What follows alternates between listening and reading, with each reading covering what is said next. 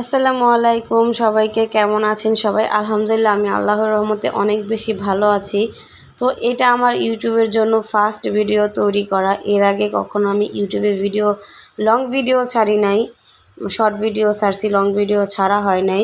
তো যার জন্য ভাবলাম যে ভিডিও তো করি, তো ভিডিও এডিট করে সুন্দর করে ছেড়ে দিতে পারবো। তো আমার ফেসবুক পেজ আছে, আমি ওই পেজে ভিডিও ছাড়ি।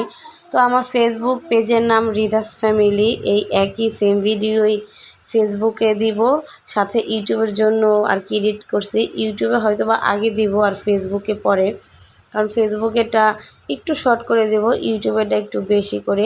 যাই হোক, চাউল ছিল না, সেই চাউলটা ঢেলে নিছি। গতকালকে রাত্রে আনছিল, তো সকালবেলা ঘুম থেকে উঠেই ফার্স্টে কী করলাম, আমি ভাতটা বসাই দিলাম। মানে গতকালকে যা রান্না করছিলাম তা একদম সমান সমান হয়ে গেছিলো।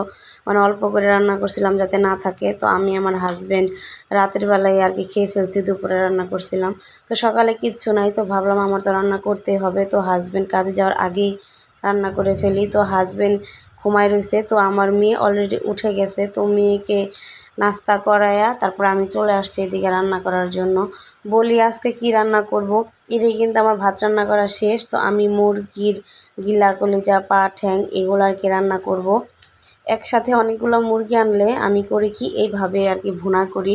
তো অনেকে হয়তো বা মানে এই চামড়া বা ঠ্যাং, গিলা, কলিজা, মাথা এগুলো পছন্দ করে না, কিন্তু এগুলো আবার আমাদের পছন্দ, যেহেতু আমরা মধ্যবিত্ত মানুষ, আমরা কিছুই ফালাই না। যাই হোক, আর ভুনা করব হচ্ছে মানে চিংড়ি মাছ। আর চিংড়ি মাছটা কত দিন পরে আনছি তা বলে বোঝাতে পারবো না, মনেও নাই লাস্ট কবে আনছি। কারণ চিংড়ি মাছ, ইলিশ মাছ, গরুর মাংস এত পরিমাণে দাম, আমাদের মতো যারা মধ্যবিত্ত আছে বা গরিব আছে তাদের সাধ্যের বাহিরে এই জিনিসগুলা খাওয়া। তারপরেও যেহেতু মন মানে না, খাইতেই হবে। তারপরেও কিন্তু আমরা যে মানে সাদা চিংড়ি হয় সেটা আনি নাই, লাল চিংড়ি যেটা দাম কম, 300 নাকি 350 টাকা কেজি নিছিল মেবি, ওইটা আনছিলাম। আল্লাহ পাক রিজিকে যা রাখছে তাতেই আলহামদুলিল্লাহ, তাতেই অনেক খুশি। তো এদিকে কিন্তু আমি চিংড়িটা ভুনা করে নিতেছি। তো এইবার মানে আমি ইউটিউবের জন্য প্রথম ভিডিও বানাইতেছি, ভুল ত্রুটি হইতে পারে, সেটা আপনারা একটু ক্ষমার দৃষ্টিতে দেখবেন আর একটু সাপোর্ট করবেন, এটাই আশা করতেছি। সবাই একটা আশা নিয়ে ভিডিও বানায়, তো আমিও তার ব্যতিক্রম নই। তো জিরা দিতে মনে ছিল না, যার জন্য জিরা দিয়ে দিলাম। তো এদিকে চিংড়িটা দিয়ে দিলাম। মানে লাল চিংড়ি দেখে যে খেতে যে মজা না এমনটাও কিন্তু না, ভালোই মানে ওই বড় চিংড়ি মানে সাদা যেটা, ওইটা একটু বেশি মজা, বেশি ফ্লেভার, এটা একটু কম ফ্লেভার। তারপর আর কি কম টাকার মধ্যে আমাদের মধ্যবিত্তর জন্য এটাই আর কি অনেক কিছু। এদিকে কিন্তু আমি ঝোলের পানি দিয়ে দিছি। তো আমার এডিট করার ওইরকম মানে ইউটিউবে এর আগে আমি কখনো ভিডিও এডিট করি নাই, ফেসবুকের জন্য করছি। তো ফেসবুকের জন্য আমি কম বেশ জানি কিভাবে কি করা লাগে। তো ইউটিউবের জন্য যেহেতু করতেছি, আমার কাছে একটু নার্ভাস লাগতেছে, আর একটু নয়েজ হইতে পারে, কারণ বৃষ্টি হইতেছে, বাহিরে কারেন্ট নাই, আমি ঘরে ভয়েস দিতেছি, কি করব, ভালো লাগতেছে না একা একা। এর জন্য আমি ভিডিওটা সুন্দর করে এডিট করে ভাবলাম যে বসে যেহেতু আসি, কোনো কাজ নাই, তো এডিট করি। আর আমি এই তো মশলা কষানো হয়ে যাওয়ার পরে কিন্তু এখন আমি ওই মুরগির ঠ্যাং, গিলা, কলিজা এগুলো দিয়ে দিলাম। তো সাথে আলুও দিছি, যেহেতু আমার ছোট্ট একটা বেবি আছে, তো ওকে এখান থেকে একটু খাওয়াবো, এর জন্য আলুও দিয়ে দিছি। আর আলু এমনিতেও আমাদের ঘরে অনেক চলে, আমার হাজব্যান্ড বা আমি আলু অনেক পছন্দ করি, যে কোনো তরকারিতে বা ভাজিতে আমার আলু লাগবেই। তো আমি সুন্দর করে দিয়ে মশলার সাথে মিক্স করে নিতেছি।